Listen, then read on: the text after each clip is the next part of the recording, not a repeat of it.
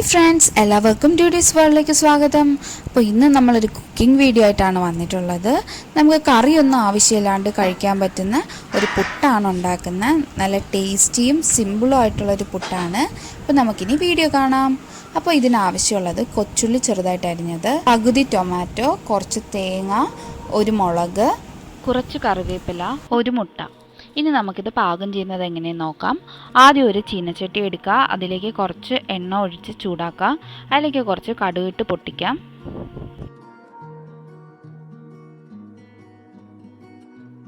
ഇനി ഇതിലേക്ക് നമ്മൾ അരിഞ്ഞു വെച്ചിട്ടുള്ള ഉള്ളിയിട്ട് നന്നായിട്ടൊന്ന് വഴറ്റിയെടുക്കാം.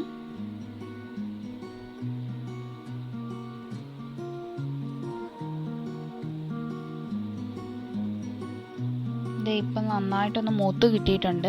ഇനി ഇതിലേക്ക് നമ്മൾ അരിഞ്ഞു വെച്ചിട്ടുള്ള ടൊമാറ്റോ ഇട്ട് കൊടുക്കാം.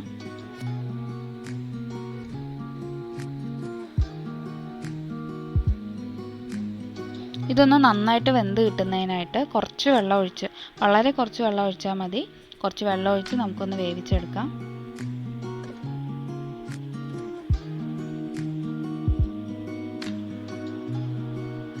ഇപ്പോൾ ഇത് ഒരുവിധം വെന്ത് വന്നിട്ടുണ്ട്. ഇനി ഇതിലേക്ക് നമുക്ക് 1/2 ടേബിൾ സ്പൂൺ മുളക് പൊടി ഇട്ട് കൊടുക്കാം. അതിനുശേഷം ഒരു നുള്ളു മഞ്ഞൾപ്പൊടി ഇട്ട് നന്നായിട്ടൊന്ന് മിക്സ് ചെയ്തെടുക്കാം.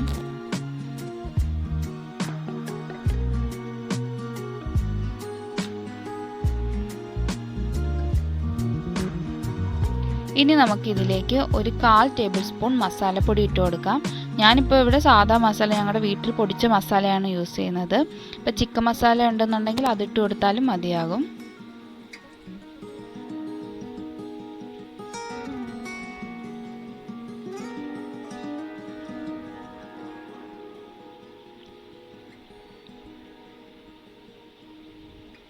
ഇനി ഇതിലേക്ക് നമുക്ക് പാകത്തിന് ഉപ്പ് ചേർത്ത് കൊടുക്കാം.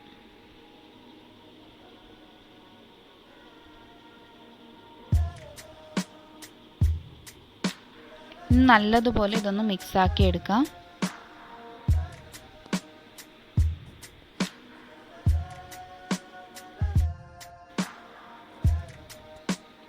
അതിനുശേഷം നമ്മൾ അരിഞ്ഞു വെച്ചിട്ടുള്ള മുളക് ഇതിലേക്ക് ഇട്ട് കൊടുക്കാം. മുളക് ഈ സമയത്ത് ഇടുകയാണെങ്കിൽ ചെറുതായിട്ടൊന്ന് വാടിക്കിട്ടും. നമുക്ക് ആ പരുവത്തിൽ മതിയെന്നുള്ളതുകൊണ്ടാണ് ഇപ്പോൾ ഇട്ടത്. നിങ്ങൾക്ക് ഇപ്പോൾ മസാല ചേർക്കുന്നതിന് മുന്നേ വേണമെങ്കിലും മുളക് ഇട്ട് കൊടുക്കാവുന്നതാണ്. ഇനി നമ്മൾ എടുത്തു വെച്ചിട്ടുള്ള തേങ്ങ ഇതിലേക്ക് ചേർത്ത് നന്നായിട്ടൊന്ന് മിക്സ് ചെയ്തെടുക്കാം.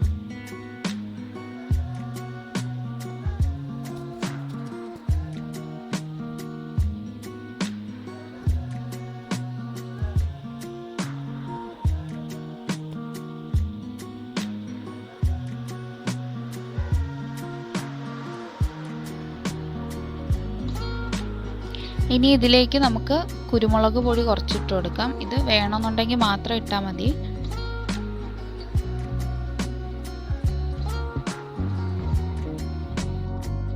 ഇനി നമുക്ക് ഇതിലേക്ക് മുട്ട പൊട്ടിച്ചൊഴിച്ചു കൊടുക്കാം. നമ്മൾ ഈ ഉണ്ടാക്കി വെച്ചിരിക്കുന്ന മിക്സ് ഒരു ലെയർ പോലെ വെച്ചിട്ട് അതിൻ്റെ മുകളിൽ വേണം മുട്ട പൊട്ടിച്ചൊഴിക്കാനായിട്ട്. അങ്ങനെയാണെങ്കിൽ അധികം അടി പിടിക്കത്തില്ല. എന്നിട്ട് നന്നായിട്ട് മിക്സ് ചെയ്ത് കൊടുക്കുക. ഇനി നമുക്ക് ഇതിലേക്ക് കുറച്ച് എണ്ണ കൂടി സൈഡിലൊന്ന് ഒഴിച്ചു കൊടുക്കുക. അതായത് നമ്മുടെ ചീനച്ചട്ടിയുടെ അടിയിലൊക്കെ പിടിച്ചിട്ടുള്ള എണ്ണ ഉണ്ടെങ്കിൽ അതൊന്ന് ഇതുമായിട്ടൊന്ന് മിക്സ് ആവാൻ വേണ്ടിയിട്ടാണ്. അപ്പോൾ ഇപ്പം നമ്മുടെ മസാല റെഡി ആയിട്ടുണ്ട്. ഇനി നമുക്ക് പുട്ടുണ്ടാക്കാം. പുട്ട് ഉണ്ടാക്കാനായിട്ട് ആദ്യം നമ്മൾ മാവ് കുഴച്ചെടുക്കാം. ഞങ്ങൾ ഇന്ന് ചിരട്ടപ്പുട്ടിൻ്റെ ഫ്രെയിമിലാണ് ഉണ്ടാക്കിയെടുക്കുന്നത്. നമുക്കിപ്പോൾ വെള്ളം തിളയ്ക്കാനായിട്ട് വെച്ചിട്ടുണ്ട്. അപ്പോൾ അതിലേക്ക് ചില്ലിട്ട് കൊടുത്തിട്ടുണ്ട്. അതിൻ്റെ മുകളിലേക്ക് കുറച്ച് തേങ്ങ ഇട്ട് കൊടുക്കുന്നുണ്ട്. അതിൻ്റെ മുകളിൽ നമ്മൾ പുട്ടുപൊടി ഇട്ട് കൊടുക്കുന്നുണ്ട്.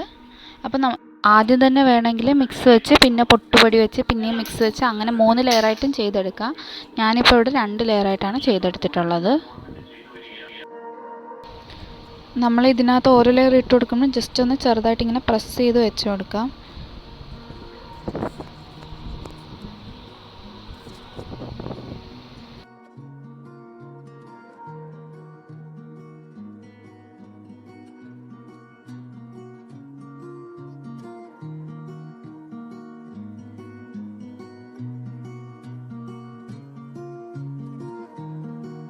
നമ്മളിതിപ്പം സെറ്റ് ചെയ്ത് കഴിഞ്ഞിട്ടുണ്ട്. ഇനി നമുക്കൊരു അടപ്പ് വെച്ച് ഇതിനെ വേവിക്കാനായിട്ട് വെക്കാം.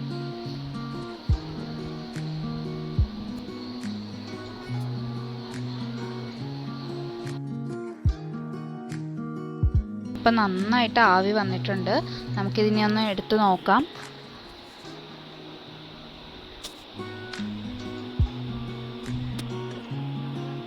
ഇനി ഒരു പാത്രത്തിലേക്ക് മാറ്റി നോക്കാം.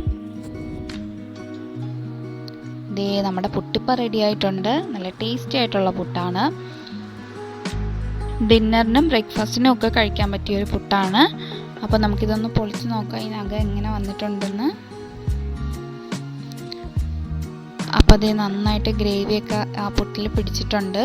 നമുക്ക് ഒരു കറി ഇല്ലാണ്ട് തന്നെ കഴിക്കാനായിട്ട് പറ്റും. എല്ലാവരും ഇത് വീട്ടിൽ ട്രൈ ചെയ്ത് നോക്കുക. അപ്പോൾ എൻ്റെ ഇന്നത്തെ വീഡിയോ നിങ്ങൾക്ക് ഇഷ്ടമായെന്ന് വിചാരിക്കുന്നു. ഇഷ്ടമെങ്കിൽ എല്ലാവരും ലൈക്ക് ചെയ്യുക, ഷെയർ ചെയ്യുക, കമൻറ്റ് ചെയ്യുക. സബ്സ്ക്രൈബ് ചെയ്യാത്തവരുണ്ടെങ്കിൽ സബ്സ്ക്രൈബ് ചെയ്യാൻ മറക്കണ്ട. അപ്പോൾ നമുക്കിനി അടുത്തൊരു വീഡിയോ ആയിട്ട് കാണുന്നത് വരെ എല്ലാവർക്കും ബായ്.